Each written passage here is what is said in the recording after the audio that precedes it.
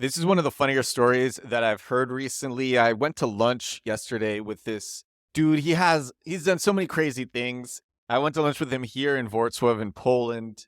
I can't really say too much about him, not yet at least. But he told me this hilarious story, and I want to share it. One, because it's very funny, and two, because I think there's some lessons in it, some takeaways that I can relate to everything that I'm doing and things that I care about.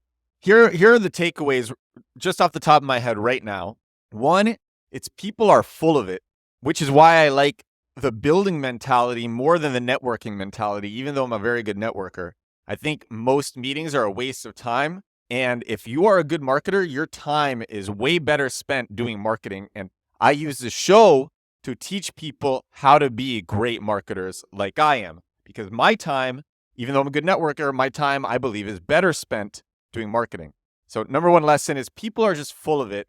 And then the number two lesson is, yeah, people are full of it, but fake it till you make it does work. And I'll be sharing another story after this. Okay, so here's a story from yesterday. So I meet with this guy, and it's so funny.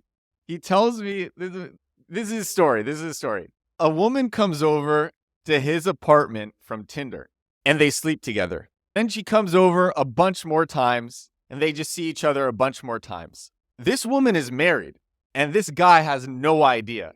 It's Tinder. She doesn't say anything. He has no idea. And weeks later, he gets a threatening message from the husband. The guy had no idea that she was married. And he gets a message out of the blue from the husband. You ruined my family. I'm going to kill you. Like, real threatening message. And this guy is freaking out. He's being threatened. His life is being threatened. He's been living in this city for a while. He doesn't want to leave. And now his life is being threatened. He doesn't know what to do.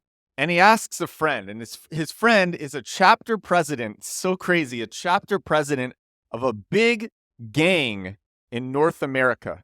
A big gang in North America. This guy is a tough dude who he asks. So he asks the dude, who's his friend, this chapter president dude of this big gang. I said a well-known gang too, but I can't say the name of the gang.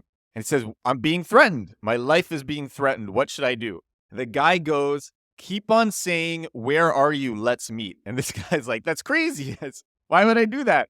And this guy is like, no, he will back down if you say this. So this guy, he takes his advice. And I actually asked at this point in the story, I'm like, can I see this chat? I want to read it.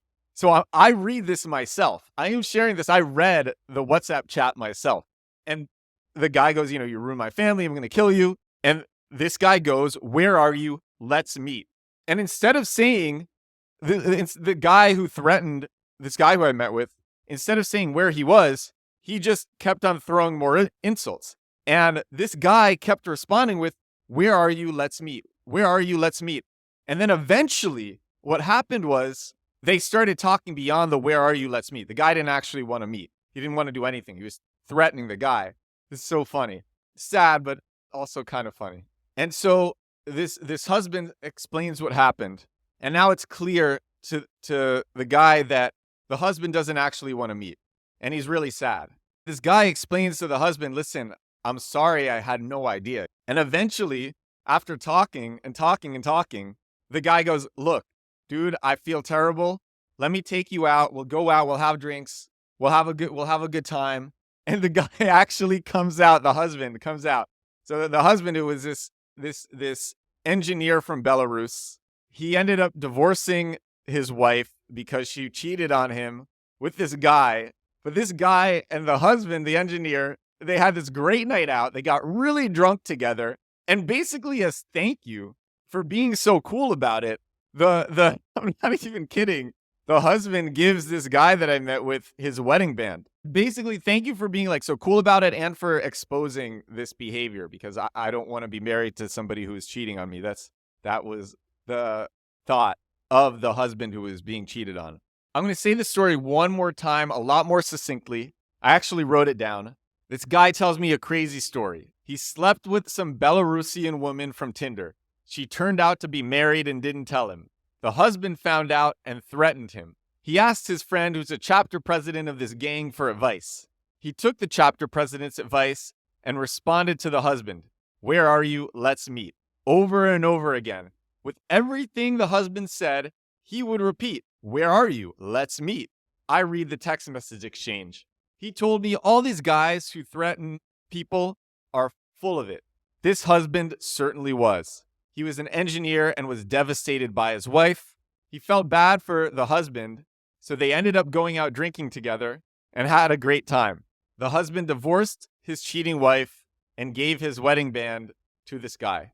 That was the story that I wrote. It's a lot more condensed. I just wanted to repeat it. It's a crazy story, right? Come on, crazy story.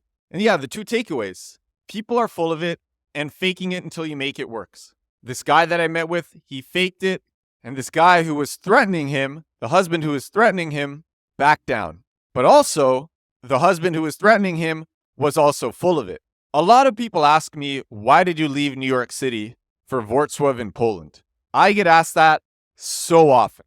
There's a mix of reasons. One of the reasons is, when I'm in New York, I'm very accessible, and a lot of people would like to meet with me. And I like meeting with people. I don't want it to seem like I don't like meeting with people. I really love other people. In fact, I think I'm probably an extrovert.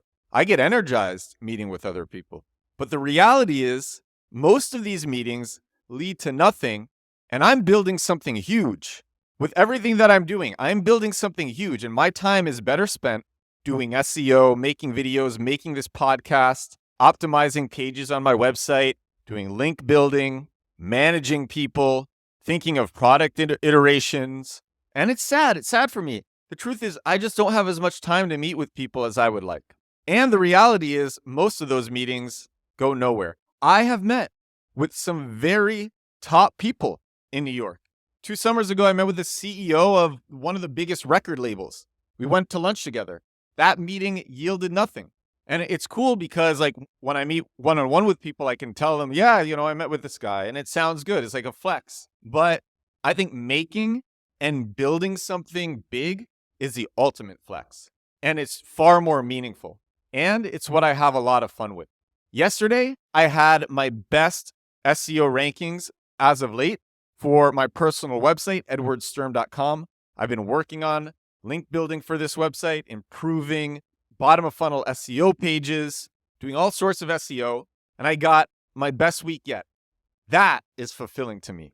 Now, if you Google growth hacking newsletter, I rank number 2 for that. And I actually think I can get to number 1. I didn't before, but I had an idea this morning that could get me to number 1. I'm going to talk about this on tomorrow's podcast. I'm very excited by it. And I'm very excited about all of this that I'm doing.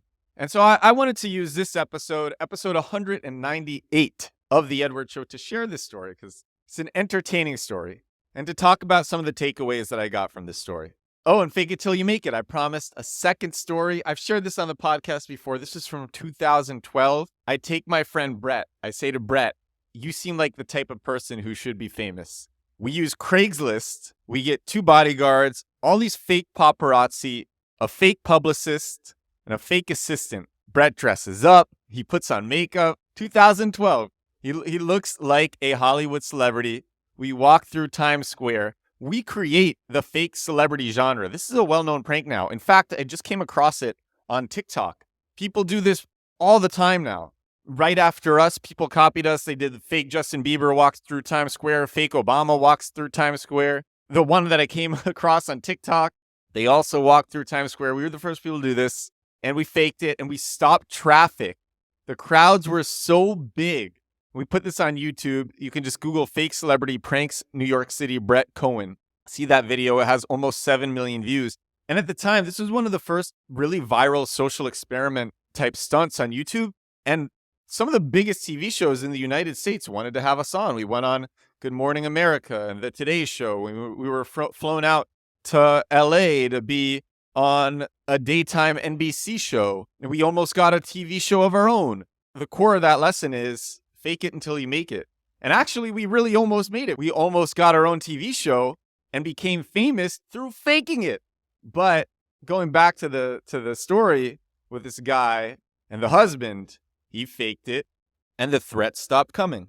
So that's it. Remember, if somebody threatens you, just respond, "Where are you? Let's meet." You don't actually have to meet if they give you a place. It's just so crazy. He literally over and over again, he just said, "Where are you? Let's meet." The husband would respond, and this guy would go, "Where are you? Let's meet." Husband would respond again. Where are you? Let's meet. Just over and over. All right. Thank you so much for listening. I hope you enjoyed this one. Let me know. Let me know what you think. And I will talk to you again tomorrow. Bye now.